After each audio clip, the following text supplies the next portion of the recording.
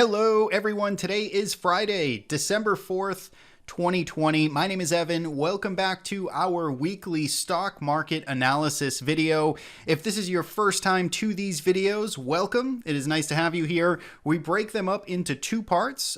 In our first part, we're going to basically dive into everything that went on this week in markets. We're going to look at sectors, performance, and internals, and volatility, and really sort of pick apart everything that stands out. And then in part two, we're going to jump into the charts. We're going to put everything from part one into context. We're going to look at some longer term trends and try and make sense of everything that is happening. So hopefully that sounds good to you. Let's dive right into some of the headlines from this week. It was the first week of December, so very strong start for the first week of December. It was a very strong November. So basically that bullishness, that uptrend, that advancement in price is all continuing into the final month of the year. Semiconductors took a charge higher this week. They were kind of sleeping for a little bit, but really picked up some steam to the upside.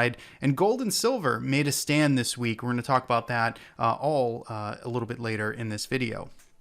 So if we look at performance here, right-hand column is the 1 week performance numbers. You can see everything was in the green. The Nasdaq 100 was at the top of the list here, but it was a pretty even race for the most part. You can see the Dow Jones lagged just a little bit, but all in all, some pretty good participation here over all of the major indices. You can see the 1 month change numbers here, also very healthy, very strong, and the 1 year numbers all green, healthy, and strong.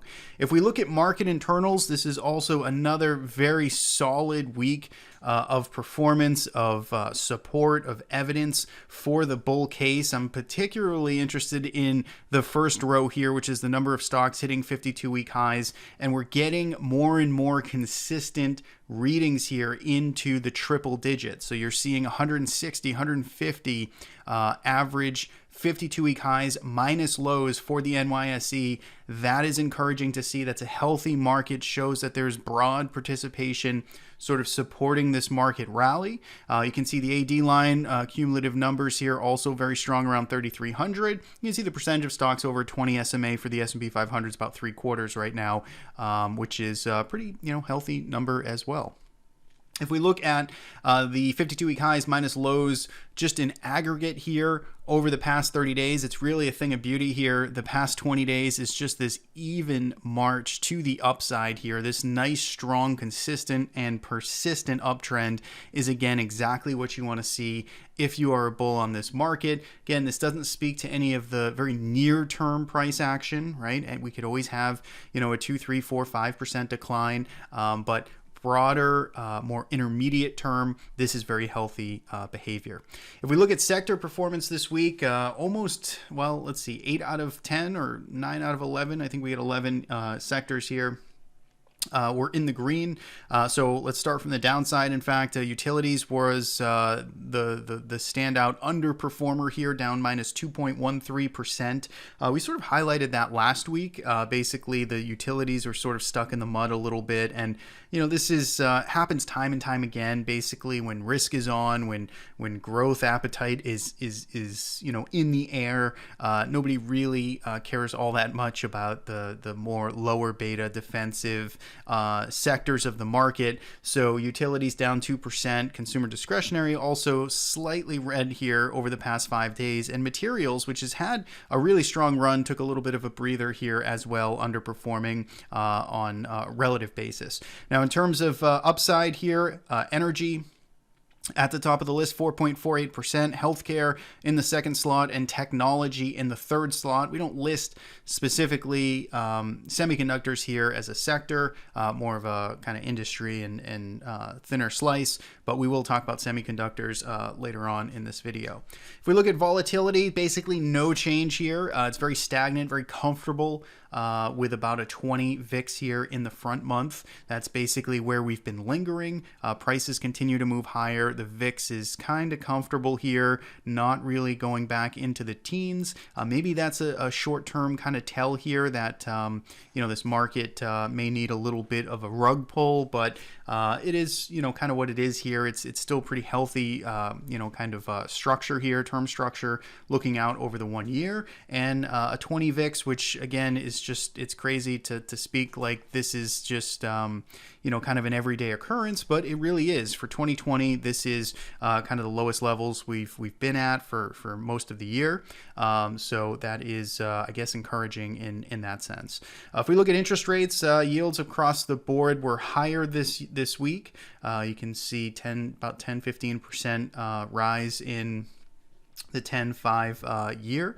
And if we look at investment grade bonds, you can see a little bit of a dip here. That's kind of interesting. We'll keep an eye on this. You don't want to see LQD, kind of rolling over here, basically making it a trend. So we'll keep an eye on that. High yield, though, is still pretty firmly bid. So right now, not a whole lot of cause for concern, but it's something we can keep an eye on and look at those spreads. Last here is dollar and commodities. You can see dollar just continues to get slaughtered, down 1%, down 2% for the month, down 7% plus for the year. So it has been a rough go at the dollar continuing to decline, and you could argue that's basically why we're seeing such appreciation in a lot of other areas. But dollar down, gold up, silver up, ag was down, oil was up. Natural gas was down 10%. So big, kind of plunge here for natural gas, and a pretty mixed basket here in terms of some of these other commodities. So all in all, if we look at our report card, I think it's the fourth week in a row that we basically have an A- here in terms of report card. Everything is pretty much falling right in line, kind of the sweet spot, exactly what you want to see. Volatility still gets a strike against it, closing up where it is, but everything else is supporting and kind of, suggesting that this rally has some legs to it. Last but not least, our positioning here in the two trading systems that we have. So we're looking at Merlin in the top, which is a longer term, kind of holds things for 2 to 3 months at a time. Then you have Lamerick, which is a very short-term trading system, kind of overnight, multi-day swing trading system, which goes long and short. So you can see the positioning here. Merlin actually picked up its exposure this week. So it did put on some new signals. It's been harvesting profit. It had its best month in November for the past 2+ years. So strong double-digit month last month for Merlin. It was really great to see. And it's still pretty much leaned into this market, 71% long. You can see Lamerick's a different story. So looking at the very, very short term here, there's 8 positions on right now, and it's just marginally net short. So it's basically flat. It has long positions on, it's got short positions on, but it's leaned just a tad into the short side right now. So that's it. That's the positioning. That's kind of part one there of kind of the big data dump. And we're going to jump back here in just a moment with some charts. All right, we're back here, part 2. We've got TC 2000 open. We're looking at our equity market grid. So we got S&P in the top left, Nasdaq top right, Russell bottom left, and ACWX, which is international, in the bottom right. Price itself is the white dashed lines you see on all of these charts. And the multicolored dots here are a custom smart trend filter indicator that we've developed.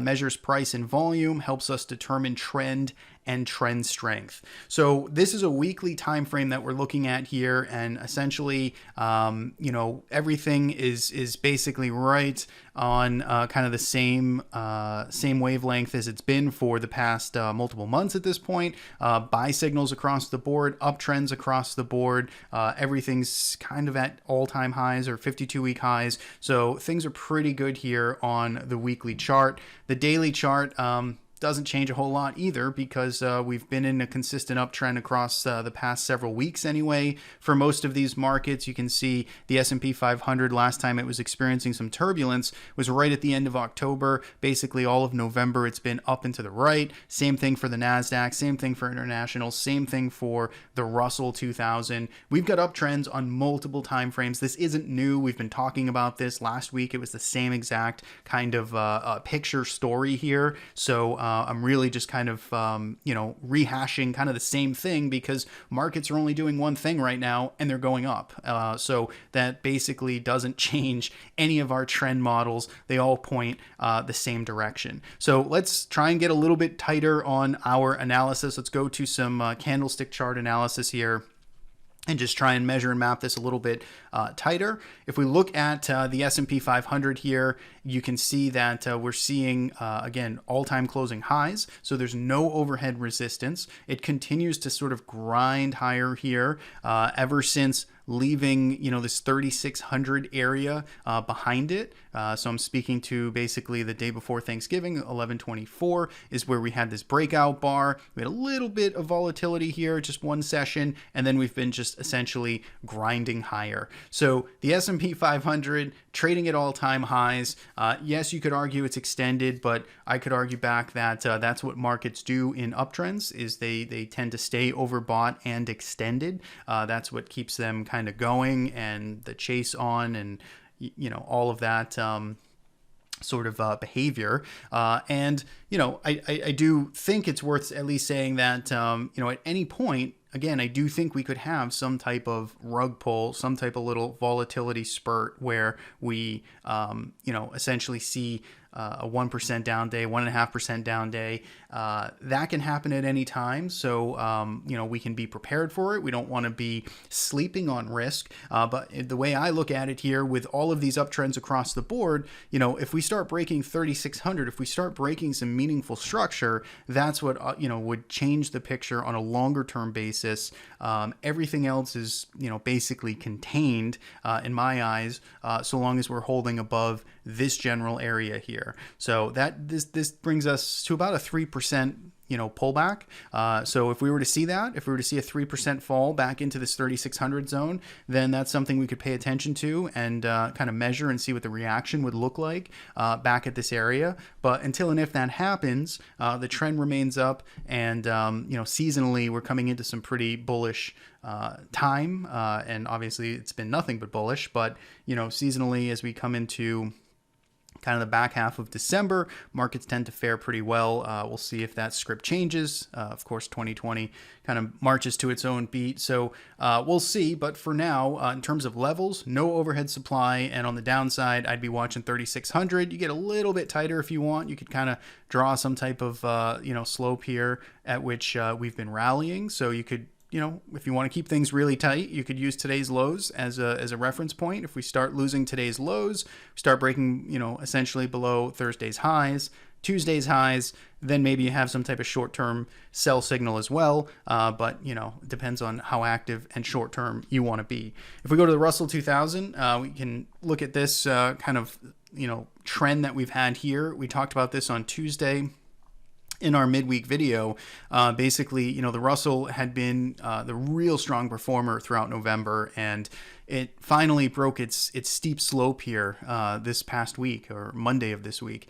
So you could see it had this almost 2% down session, kind of broke below this trend line here, and then it went sideways for 5 days, and then it just ripped here again on Friday, right back to new highs. So the Russell, which we said would be totally reasonable to take a little bit of a nap here and just move sideways or pull back, is just right back off to the races, charging higher. So again, just more sort of bullish behavior here. Again, we could, if you're very contrarian, you could call this a lot of exuberance, and you might be right, but again, it's just uniquely hard to pick tops when everything is just, really kind of working and rallying higher. So for the Russell, again, no closing highs over this price, so there's no overhead resistance.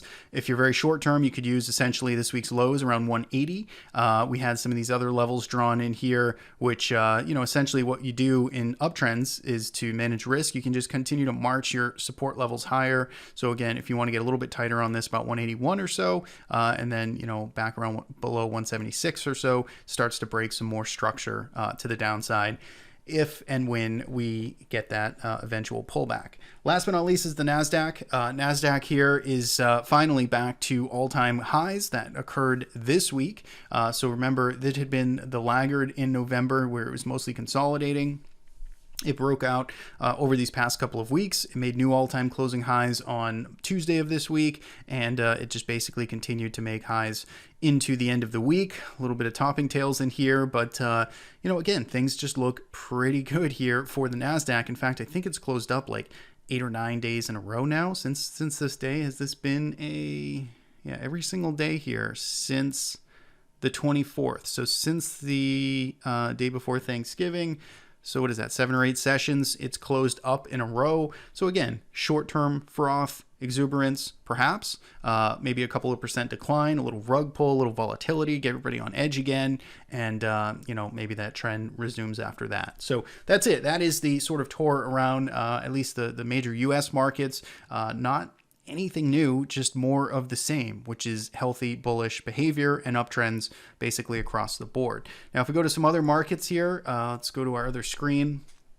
You can see basically, TLT took a dive this week, 3%, pretty hard sell-off here in treasuries. So we're back to, again, kind of the same old here. Equity markets working higher, treasuries, nobody wants to own them right now. Basically looking for risk, looking for growth, forget about the treasuries, and they're back to essentially lows.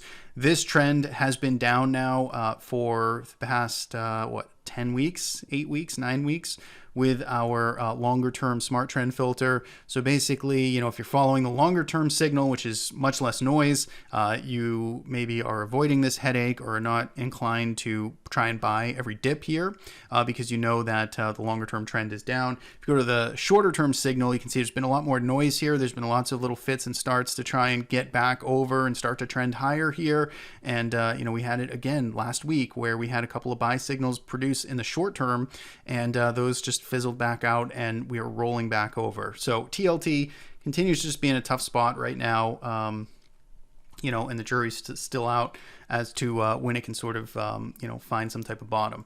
If we look at gold here on the weekly chart, again, this printed a sell signal for the first time 3 weeks ago. Silver produced a sell signal for the first time this week, and that is in the face of the 7% rally that it saw this week as well. So we're going to talk more about these charts in just a moment. If you go to the dailies chart of both of these, you can see they're both in transition now.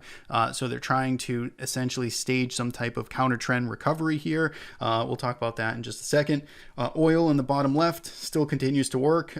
Bullish uptrend on the weekly, bullish uptrend on the daily. So let's jump into some specific sectors, and actually let's start things off with gold and silver. So if we look at gold here, a couple of things to talk about. So the first is, which we spent some time talking about Tuesday of this week, this little island reversal that took place, and that is still persisting right now. That's actually still carrying price higher here. But look at this big wall of overhead supply that gold is sort of rallying right into. So this is in a pretty tough spot here. If I were still sort of looking at making, discretionary trades here, this would be kind of a classic, maybe bear flag setup into overhead supply. You'd look to kind of sell short this. It's not advice or recommendation, and I'm not going to do it myself, but, textbooks would probably have you looking at that as kind of a breakout, breakdown retest, and watching this retest zone and kind of shorting it as it rolls over. Certainly a potential, certainly lingers in my eyes here as I look at this chart. But, the weekly chart, again, if we look at this, just from a kind of a bigger term basis here, it was a constructive week. It was heavier volume, and it did stage, and recovered 3/4 of last week's breakdown. So that is, that is meaningful. At least there's something to be said for kind of the knee-jerk reaction higher. So it'll be an interesting kind of battleground spot here around 174. I think that's what I'd be paying attention to. If we can start closing over 174 on a daily, weekly basis, a couple of consecutive closes, then, things start to look much better here for GLD and might start to repair this and, take it one day at a time. But that's kind of what we're looking at there. Silver is basically the same thing, although this is arguably more bullish. And I'd be more constructive here on silver, mostly because you didn't really see the big breakdown. In fact, it actually held really exactly where it needed to. So the September lows back from September the 24th, we got as low as $20.45. We did not get down there this time around. So we held exactly where we needed to. We shot up here on Tuesday. Again, a nice little bullish island reversal. And if we look at the weekly chart here, we've got an engulfing bar on not really heavy volume. The heaviest volume, heavier than the last 2 down weeks, which is good, but wasn't like a super heavy volume week. But this to me it looks much more constructive from just a pure sort of technical 101 basis. So silver looks interesting. It's back into this range here. I mean, if you got a clear sort of area where you can place your stop, so you could look at it that way with some pretty defined risk. But that's kind of what happened there. Both of them making some pretty big moves, and we'll continue to monitor those as we go along. Semiconductors making the big stretch here this week. Again, when we're looking for a little bit of froth and extended behavior, you can obviously see it here. The slope at which this is, rallying is getting quite vertical. You can see just the big moves that we're seeing in this channel, and this is not drawn correctly, but nicely, nice sharp move here to the upside. Weekly chart again, pretty extended. So really tough to chase this at this point. If you're in it, then obviously congrats and protect your outstanding profit. But that's obviously what helped us charge higher. You can look at semiconductors with SOXX. It's basically the same thing, and heavy volume coming in as well.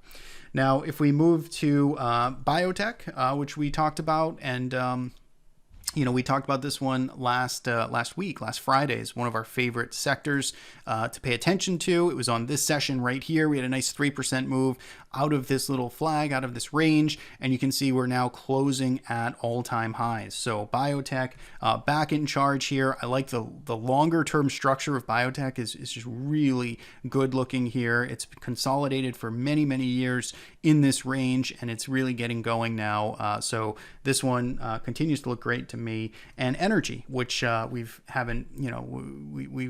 been pretty on top of as well, essentially getting really excited about it or talking about it on this particular day here as this rallied up, and this has just been in chase mode ever since. It's been really hard to get on board this. You had to basically pay up either on this day here, which was a 14% up day, so it was very uncomfortable to want to buy any XLE here, and if you're waiting for pullbacks, you just really haven't gotten anything too meaningfully, and it's now closing at new multi-month highs, coming back into kind of the old levels here and clearing some of this supply in here from earlier this year. So that's energy. If we talk about and actually real estate, I wanted to mention. We talked about real estate back here as a trade idea, as this was, again, sideways for quite a while, trying to break out of this nice long consolidation pattern. It ended up failing. It tried to break out. It failed, kind of rejected lower, and it's gone and moved sideways. And now here it is making another attempt at resolving this range to the upside. So I think that one's interesting. It's actionable. It's not very extended like a lot of these other markets. So I'd keep an eye on that one. And then you got utilities, which is, again, something we talked about last week as being kind of the underperformer, the laggard, and that just basically continues to be the case here. It's not technically horrible, but it's just in the face of everything else that's just working so nicely, it's I guess it's horrible in that light. So I would say for utilities, holding above 61.50, 61.75 would keep it from really breaking more structure and falling back into this old range. We'll see if that can happen. We'll see if it holds in the coming weeks, but utilities right now is just not really participating with a lot of the other excitement. So that's it. That is what I have for this week. Busy week. Everything just is kind of working and moving higher, and the trends are all kind of pointing up. Maybe that should give you some pause in the short term if there's just too much froth, excitement, and complacency. You very well might be right there, but on an intermediate term basis, life looks pretty good here on lots of different metrics. So that's what I got. Thanks as always for tuning in and watching. Every Friday we do our long form market analysis just like this. You can subscribe to our YouTube channel to stay up to date, or you can follow us at thetraderist.com. Have a great weekend. We'll see you back here next week with some more videos.